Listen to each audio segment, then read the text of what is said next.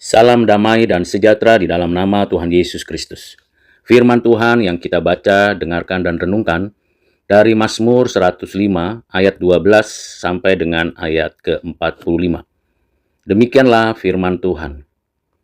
Ketika jumlah mereka tidak seberapa, sedikit saja, dan mereka orang-orang asing di sana, dan mengembara dari bangsa yang satu ke bangsa yang lain, dari kerajaan yang satu ke suku bangsa yang lain.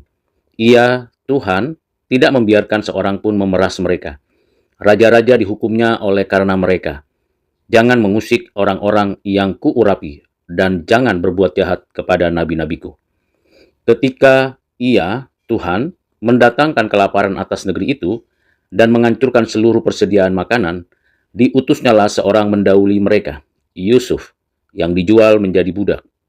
Mereka mengimpit kakinya dengan belenggu, lehernya masuk ke dalam besi, sampai saat firman-Nya sudah genap, dan janji Tuhan membenarkannya. Raja melepaskannya, penguasa bangsa-bangsa membebaskannya.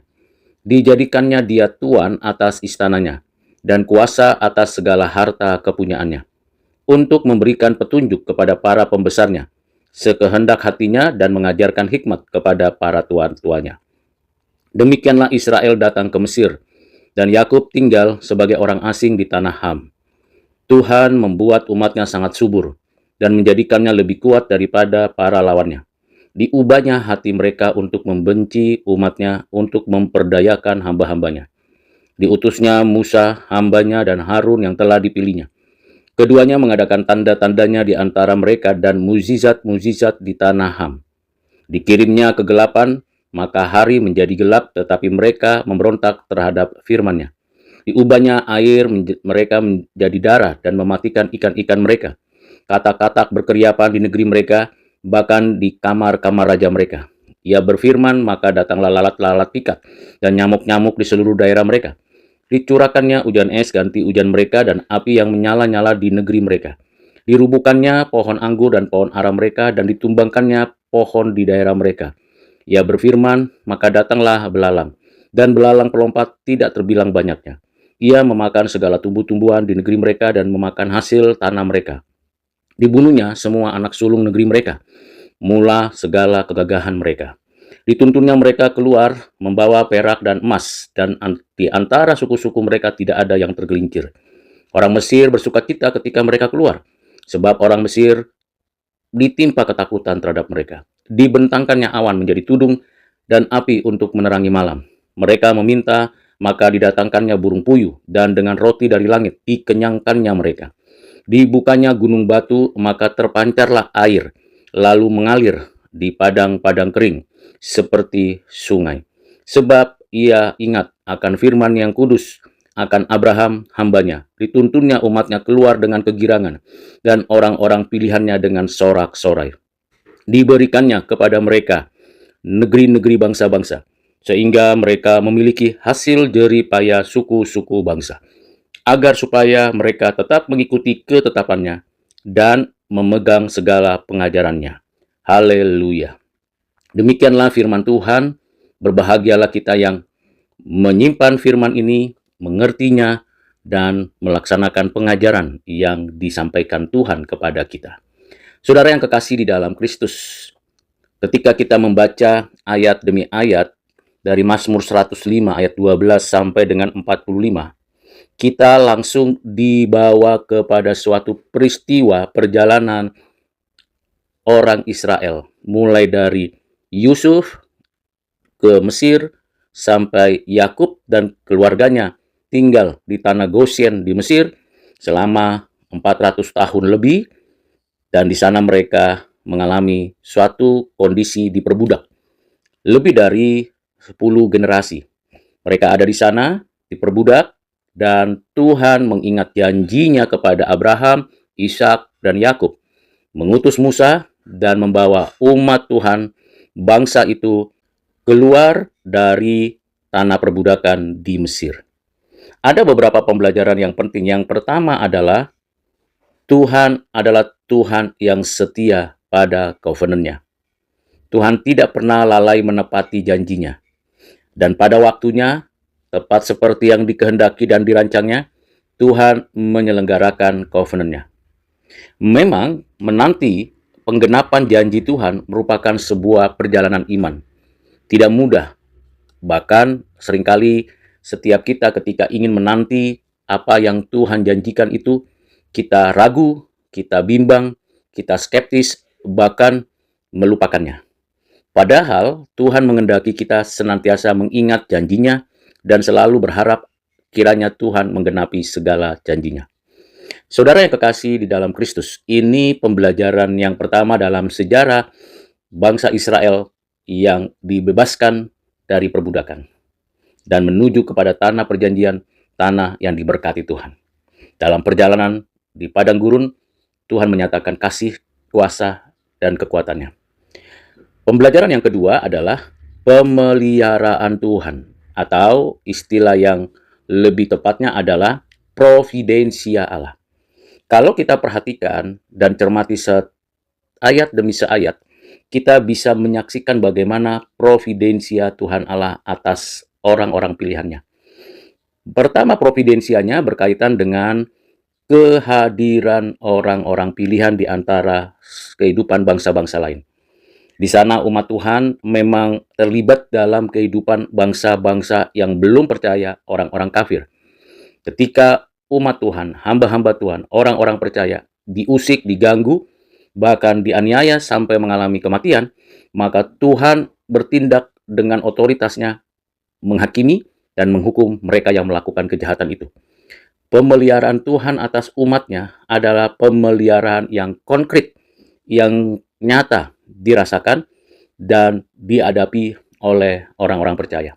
Dan orang-orang kafir, bangsa-bangsa yang tidak percaya itu melihat, menyaksikan, mengetahui apa yang Tuhan Allah nyatakan kepada umatnya. Hal yang kedua, providensia Allah berkaitan dengan kebutuhan fisik. Sekalipun di padang gurun, dalam keadaan yang sangat tidak memungkinkan ada seseorang bisa hidup bertahan berpuluh tahun, tetapi Tuhan memelihara umatnya. Pemeliharaan secara fisik, baik itu makanan, pakaian, minuman, keamanan, kenyamanan, cuaca, dan segala yang dibutuhkan secara fisik.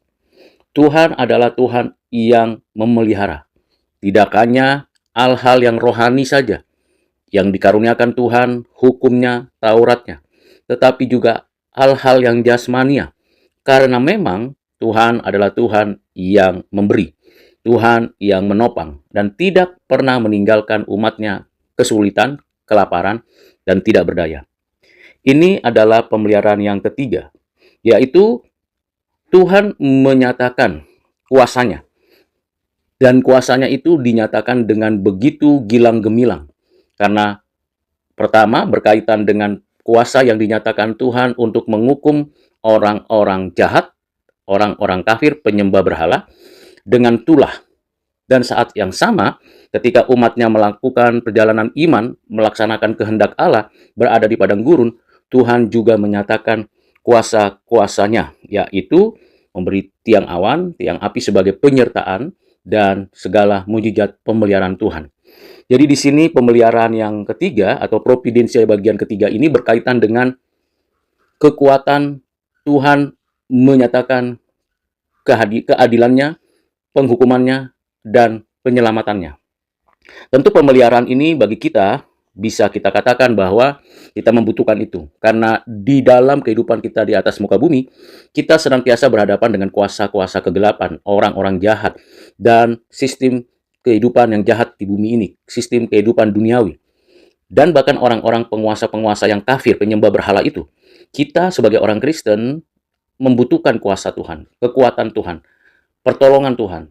Sehingga kita senantiasa bergantung kepada Tuhan, kiranya Tuhan menyatakan kekuatannya, tanda, mukjizat, dan kuasa untuk menyingkirkan segala kegelapan, segala hal yang jahat dengan tulahnya, dan sekaligus memberikan kepada kita pemeliharaan dengan segala pemberian-pemberiannya setiap hari.